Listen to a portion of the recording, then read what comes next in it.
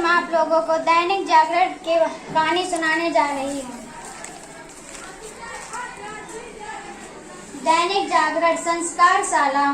अच्छाई की समझ। देश से हम और हमसे देश बनता है। राष्ट्र की अखंडता। हम एक तो देश मजबूत। बच्चे खेल रहे थे। व्रत बनाकर खेल था कि कोई बच्चा कश्मीर बना था, कोई कन्याकुमारी, कोई गोवा तो कोई उत्तर प्रदेश। हर एक बच्चे को व्रत के पीछे भागना था और किसी दूसरे बच्चे को छूना था। जो बच्चा किसी को छूता था वह खेल से बाहर हो जाता था। फिर दूसरा बच्चा भागने लगता। इस तरह एक एक करके सभी बच्चे खेल से बाहर हो गए। फिर जीता कौन? जीता वह जिसकी शर्ट पर भारत लिखा था और व्रत की बीचों बीच बैठा था। उसे कोई बच्चा छूकर खेल से बाहर नहीं कर सकता था। तो भारत कहलाने वाला बच्चा खेल से बाहर क्यों नहीं हुआ? उसका जवाब सब बच्चों ने एक साथ दिया। हम इसलिए बाहर हो गए क्योंकि हम में से कोई उत्तर प्रदेश था, कोई मध्य प्रदेश, तो कोई राजस्थान, तो कोई गोवा। हम सब खुद को अलग अलग समझ रहे थे, खुद को ही सबसे अच्छा मान रहे थे। यदि हम सब भारत होते तो कोई अलग ना होता, सब मिलकर रहते तो भारत बनते। भारत बने। किशोर ने कहा कि इस कहानी का आइडिया उसे उस कहानी से मिला जिसमें नारियल की सीकों से बनी झाड़ू की एक सीख को आसानी से तोड़ा जा सकता है, लेकिन एक होकर अगर यही सीखें पूरी झाड़ू बन जाती है तो कोई उसे तोड़ नहीं सकता। इस तरह अगर हम कहेंगे कि हम तो पहले अमुक प्रदेश के हैं, बाद में भारतीय हैं, तो यह देश की अखंडता के लिए अच्छा विचार नहीं है। हम किसी भी प्रदेश को पहले हम भारतीय हैं, तभी हम सब एक रह सकते हैं, तभी हमारा देश सबसे आगे रह सकता है। कश्मीर से कन्याकुमारी तक भारत एक है, अखंड है। यह बात बच्चों व किशोरों को मालूम है तो समझो कि सभी को मालूम है।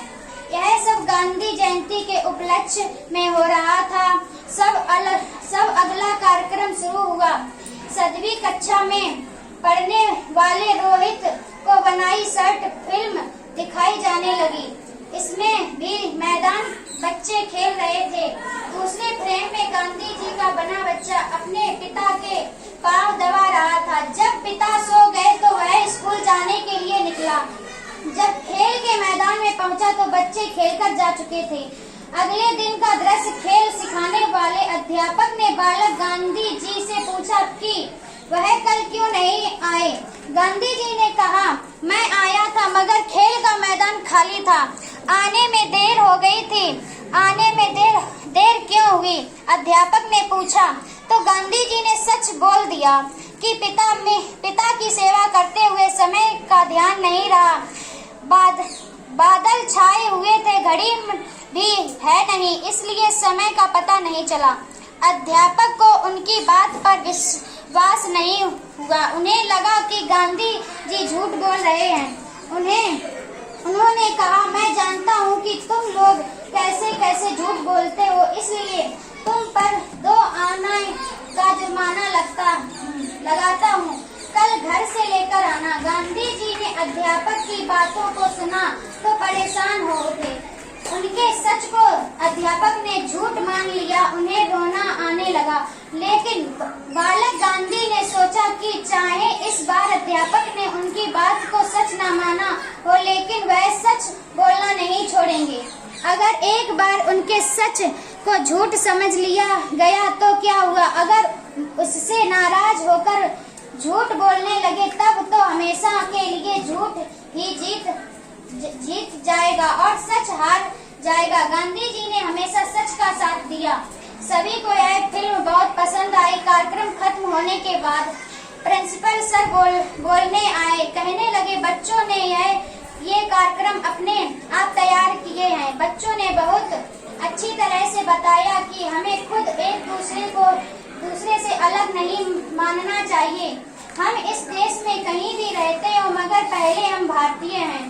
देश तभी अखंड रह सकता है जब हम सब उसकी चिंता करें, अपने मामूली स्वार्थों के लिए झूठ न बोलें, कभी यह लगे कि सच बोलने का क्या फायदा, क्योंकि समाज में लोग सच को भी झूठ मान लेते हैं।